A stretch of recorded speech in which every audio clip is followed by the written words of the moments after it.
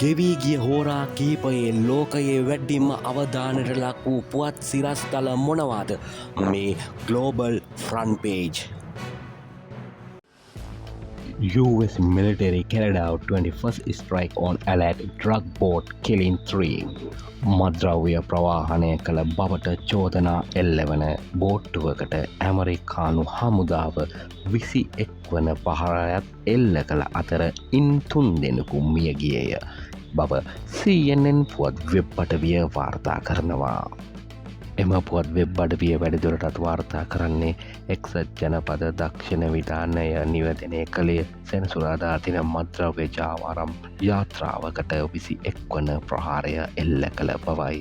මෙම යාත්‍රාව නැගෙනහිර පැසිෆික් සාගරයේ ජාත්‍යන්තර මුහුදේ මද්‍රව්‍ය ප්‍රවාහනය කරමින් තිබූ බවත් එහි සිටි මද්‍රව්‍ය ශස්ත්‍රවාදීන් තිදෙනෙකු ජීවිතක්ෂයට පත් වූ බවත් දක්ෂිණ විධානය සඳහන් කළා.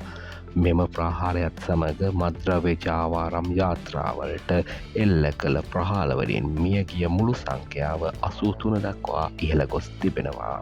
ඇමරිකානු හමුදාව මෙම ප්‍රහාරය සඳහා ප්‍රහාරක ජෙට් යාන, ඩ්‍රෝන යාන සහ ගන් ශිපින් භාවිතා කරන බව CNN වාර්තා කරනවා.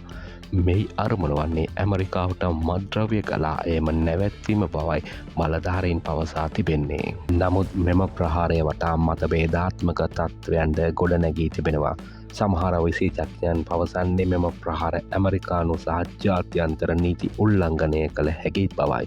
බ්‍රිතාන්‍ය දැනටමත් මෙම ප්‍රහාර නීති විරෝධී යැයි විශ්වාස කරමින් ඇමරිකාව සමඟ බුද්ධි තොරතුරු බෙදා ගැනීමට නවත්වා තිබෙනවා. කොළම්බියානු ජනාධිපතිවරයාද ප්‍රහාරය නතර කරනතු ඇමරිකාව සමඟ බුද්ධි තොරතුරු බෙදා ගැනීම අත්හිටුවන් ලෙස තම රටට නියෝග කරත් තිබෙන බවයි CNN පුවත් වෙබ් අඩවිය වැඩිදුරටත් සඳහන් කරත් තිබෙන්නේ. Ukraine signed deal to obtain 100 French-made Rafale warplanes. යුක්‍රේනය ප්‍රංශයේ නිෂ්පාදිත රෆාල් යුද ගුවන් යානා 100ක් ලබා ගැනීමේ කිවසුමකට අත්සන් තබයි යනුවෙන් රොයිටර් පුවත් වෙබ් අඩවිය වාර්තා කර සිටිනවා.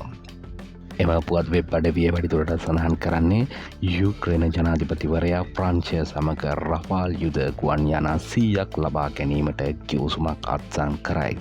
යුක්‍රේන ජනාධිපති ව්ලාඩිමිර් සෙලෙන්ස්කී පැවසුවේ රුසියානු ආක්‍රමණයට එරෙහිව සටන් කිරීම සඳහා තම රටේ දිගුකාලීන හමුදා ධාරිතාව ශක්තිමත් කිරීමට උත්සාහ කරමින් ප්‍රංශය සමග රෆාල් යුද ගුවන් යානා 100ක් ලබා ගැනීමට කිවසුමක් අත්සන් කළ බවයි. Ex-Bangladesh leader Sheikh Hasina sentenced to death over brutal protest crackdown විරෝධතා අමර්ථනය සම්බන්ධයෙන් බංගලදේශයේ හිටපු නායිකා ෂීඛ් හසීනාට මරණ දඩුවම නියම කරේ යනුවෙන් BBC පුවත් වෙබ් අඩවිය වාර්තා කර සිටිනවා.